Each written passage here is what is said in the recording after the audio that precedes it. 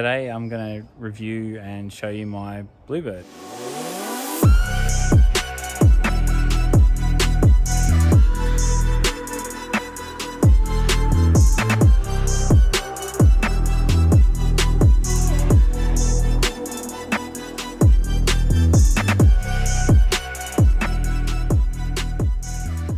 So this is my Drift Bluebird. It's a 1985 Series 3, but it's got Series 1 front and rear lights. It's nicknamed the Angrybird because of the Bozo style headlights. It kind of got out of hand like most of my cars, and it's gone through like a continuous transformation of being abused as a drift car as it turned from a street car and did more and more track days and got more and more serious. I've removed the CA20 carby that came stock, and I've stuck in an SR20 out of an S13, so I think it's a blacktop. So this motor is stock internals, standard factory pistons, rods and crank, and it's had new rings and bearings just recently, as well as a new cosmetic head gasket and ARP head studs. It's got Yaris coil packs, Tomei 256 drop-in cams with springs, 1150cc Bosch injectors on a Taarks fuel rail. The fuel pump's a Walbro 416 in-tank. It runs NIS tune, so still a Z32 airflow meter. It also has a Taarks blank on the water pump there, and an EWP with controller, which keeps temps down, and it also controls the FG Falcon thermo fan, which is a 17.5 inch fan. I've got an eBay spec radiator, I think it's a 52mm, and the intercooler is again an eBay one. The turbo is a Kinugawa TD06-SL2-20g with a turbosmart 40mm external gate. Boost is controlled by a blitz electronic boost controller and turbosmart Mac valve. Now the oil cooler is actually here behind the big Bozozoku style fake one. That's just there for show. I learnt my lesson. The car actually was in an accident. The oil cooler got hit and it just hemorrhaged oil all over the track. So I've learnt my lesson there.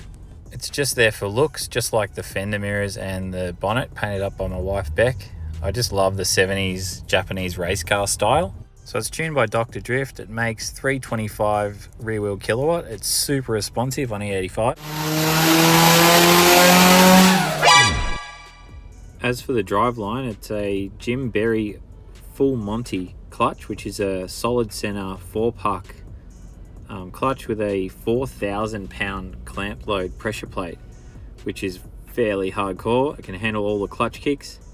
It's a standard S13 flywheel, and I run a VG Navara 2-wheel drive gearbox, which is the same gear set as an RB25. The third and fourth gear selector has been replaced with a steel one.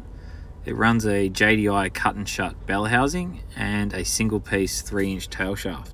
The front end uses a laser cut camber top to set the coilover back in the tower, and I run a Costal's early setup of their blatant kit.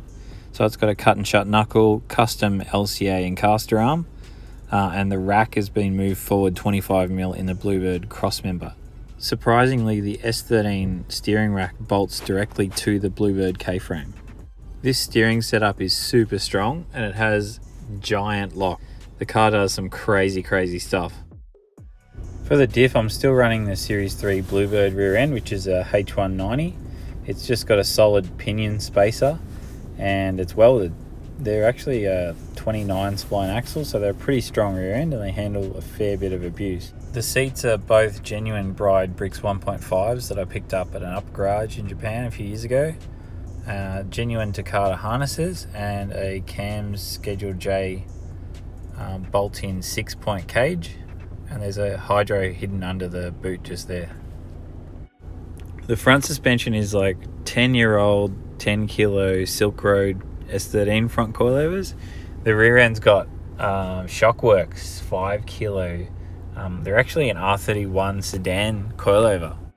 The wheels are a 1590 on the back, and I'm running a 25mm bolt-on and a 20mm slip-on, so they feel the flare.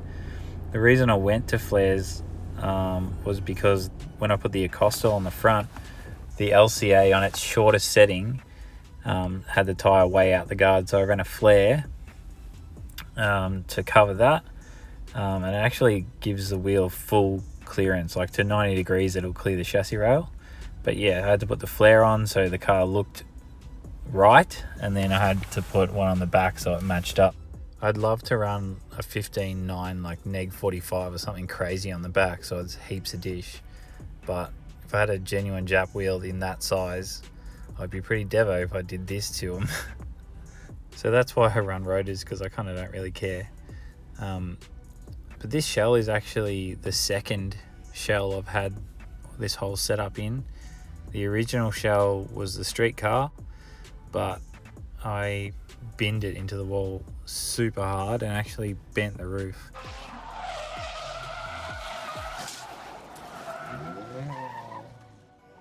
My friend Joss from Drift Life covered the whole story of the 6-day reshell in between two events. So I'll put the link in the description for that video. But as you can see, it's since had more damage and another quarter replacement, where I've just wrapped over the joint and riveted it on. Bit of a dodgy repair, but it doesn't look too bad. I'm fairly happy with it.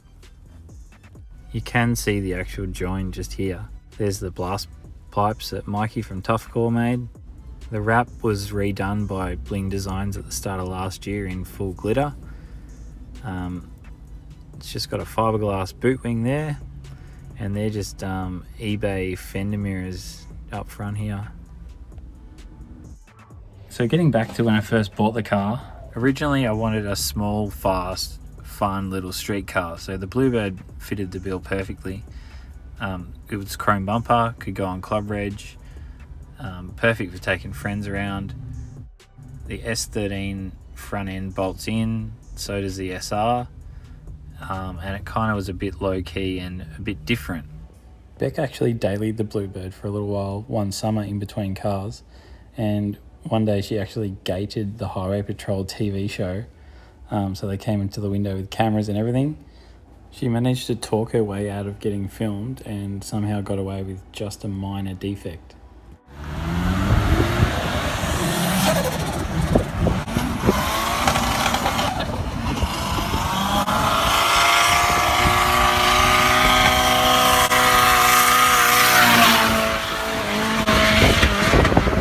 So drive to Vic Drift, compete, drive it home, do heaps of running around, and yeah, it's just a rad little car, but things got carried away. I kind of bent it and it got a bit out of shape, and then I wanted to do a bit more serious comp, so I got a paint job, and then it was too obnoxious looking and I'd straight piped it by then, so it just escalated, and it's kind of ended up where it is now. Let's fire it up.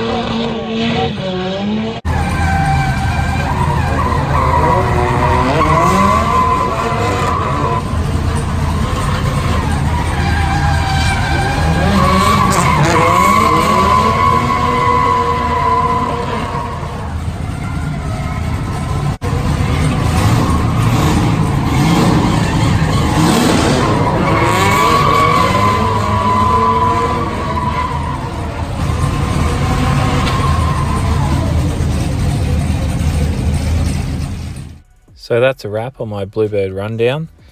Like, comment and subscribe. The next video will be in a few days. If you haven't already, check out the Mad Cut. It's just a 1 minute cut of me taking the piss out of my main videos. So check it out.